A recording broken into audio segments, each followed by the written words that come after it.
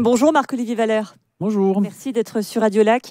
Vous avez pris la direction du MH au début du mois. Vous avez déclaré le MH doit être le musée du futur pour une institution qui a été inaugurée en 1910. C'est un sacré défi. C'est un sacré défi en effet, mais c'est un beau défi. C'est-à-dire qu'aujourd'hui, le musée vit des changements assez radicaux. Tout le monde est conscient que le musée de demain, je dirais plutôt le musée de demain, parce que le futur, c'est plus de la science-fiction, mais le musée de demain va être radicalement différent dans 10 ans par rapport à ce qu'on connaît aujourd'hui, ce qui est assez excitant. Quel sera ce musée demain? Quel sera ce musée dans 10 ans? Personne ne le sait, tout le monde en parle. Nous, on va essayer de mettre sur pied des outils qui vont nous permettre de tester différents formats afin que lorsque nous ouvrirons dans 10 ans, ce musée ne soit pas déjà obsolète. Ça va être quoi la touche Marc-Olivier Valère au musée d'art et d'histoire? C'est comprendre l'identité du musée. Déjà, on va pas changer radicalement les choses. On ne va pas transformer en musée d'art moderne pour ceux qui s'inquiétaient. Alors, pour ceux qui s'inquiètent, il n'y aura pas d'art contemporain. Mais c'est un musée, chaque musée, quel que soit le musée, que ce soit un musée d'histoire, que ce soit un musée d'art contemporain, tout musée vit dans le présent.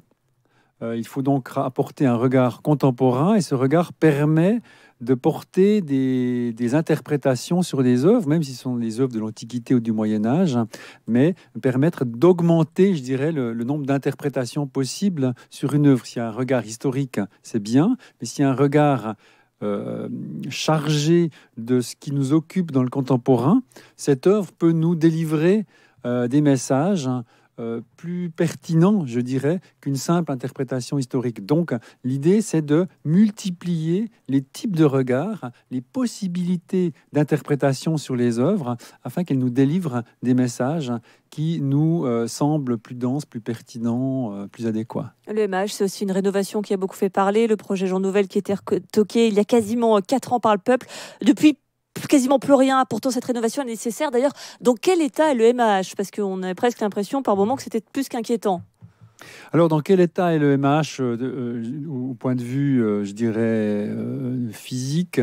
Évidemment, il y a comme dans tout bâtiment de cette époque, hein, il y a des infiltrations, il y a des travaux à faire. Censé nous rassurer. Il y a pas, c'est tout à fait normal. Hein, il y a rien d'inquiétant. Qu'il y ait de l'eau qui tombe du plafond, ça c'est normal? Dans tout musée, même, alors je dirais même les musées qui ont 2-3 ans, les gens en parlent un peu moins, mais je peux vous dire que dans tous mes collègues qui ont des musées neufs se plaignent en disant des fois les musées qui ont un siècle tiennent mieux l'eau. Alors évidemment, il y a des infiltrations, mais c'est tout à fait, étant donné la grandeur du bâtiment, c'est tout à fait normal et tout est sous contrôle. L'avantage d'un musée avec cet âge avancé, c'est qu'on sait exactement comment il se comporte à la longue. Donc, il n'y a pas de surprise, je dirais. Donc, on s'équipe de parapluies pour aller dans tous les musées, on a bien compris. Il y a un concours d'architecture qui a été lancé pour l'agrandissement du musée. Le lauréat doit être annoncé début 2021, travaux 2023, nouveau MH en 2026. Ça, on va pas se le cacher, c'est le scénario idéal, quasiment idyllique. Mais est-ce que c'est vraiment la réalité? Alors, on va tout faire pour. On parle maintenant plutôt de 2029. Ah voilà, on a déjà pris 3 ans en 1 minute.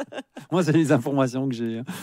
Mais évidemment, tout dépend aussi du projet d'architecte, de la façon dont ça avance. Mais il est vrai que ce sont des travaux assez importants, surtout si on creuse sous le musée pour dégager des grands espaces ouverts, ce qui est une nécessité aujourd'hui. Mais je suis assez confiant et je suis très enthousiaste surtout de voir, en fait, on travaille déjà avec l'architecte programmiste, de voir les possibilités que ce musée offre. Il n'y a pas un peu de crainte quand même de voir ces jeunes voix qui vont peut-être se dresser contre un éventuel projet, qui n'apprécieront pas ce qui s'était passé il y a quelques années finalement? Alors, il y a eu des facteurs, hein, effectivement, des facteurs à risque, hein, par rapport à ça. Nous, on va essayer de les éviter. On sait à peu près là où on va. Qu'il y ait des réactions, c'est tout à fait normal. Hein, que des personnes soient attachées à un musée qui est plutôt l'image d'un passé, c'est tout à fait compréhensible. Après, à nous de faire passer le message qu'un musée tel que le MAH, qui est un musée d'art et d'histoire, qui va ouvrir dans le futur soit relié à son époque également. On va s'intéresser un petit peu à ce qui se passe à Lausanne avec ce fameux plateforme 10 qui va bientôt ouvrir. C'est un pôle muséal, plusieurs musées qui ont été regroupés, dont la rénovation du musée cantonal des Beaux-Arts. On se dit tout de même que Genève va perdre un peu de sa superbe dans le monde muséal avec cette plateforme 10 qui va ouvrir juste de l'autre côté. Alors, moi, je ne vois pas les choses comme ça, parce que pour moi, Genève, Lausanne, c'est un arc, les Maniques, et même Neuchâtel, mais Neuchâtel, c'est plus petit, donc ça compte moins. Mais pour moi, c'est une chance. Hein. C'est une chance. Les gens qui vont voir des expos à plateforme 10 viendront à Genève. Ça fait partie un peu de la même région. Donc, enfin, c'est la même région. Donc, pour moi, c'est plus une chance d'avoir un corpus muséal qui se dresse. Moi, je pense que, par exemple, Plateforme 10, c'est extraordinaire parce que, alors bon, on a encore des musées avec des médiums bien définis, que ce soit la photographie, les arts appliqués, les beaux-arts.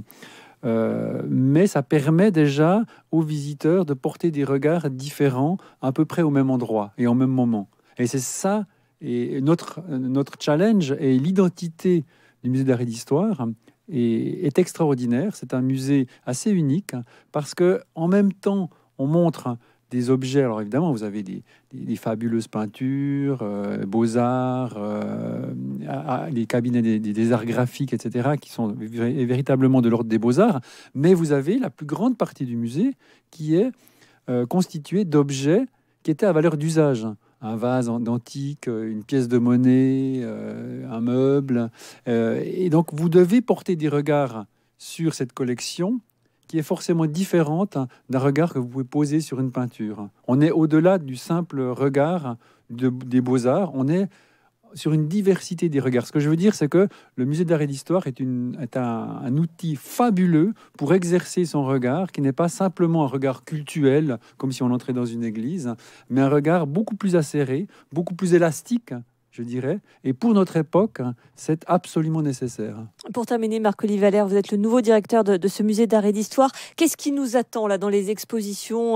Vous étiez notamment à Paris. Est-ce qu'on doit s'attendre à des expositions comme il y en a parfois à Paris, des expositions événements, ou comment ça va se passer? Alors, on va mettre un focus sur la collection.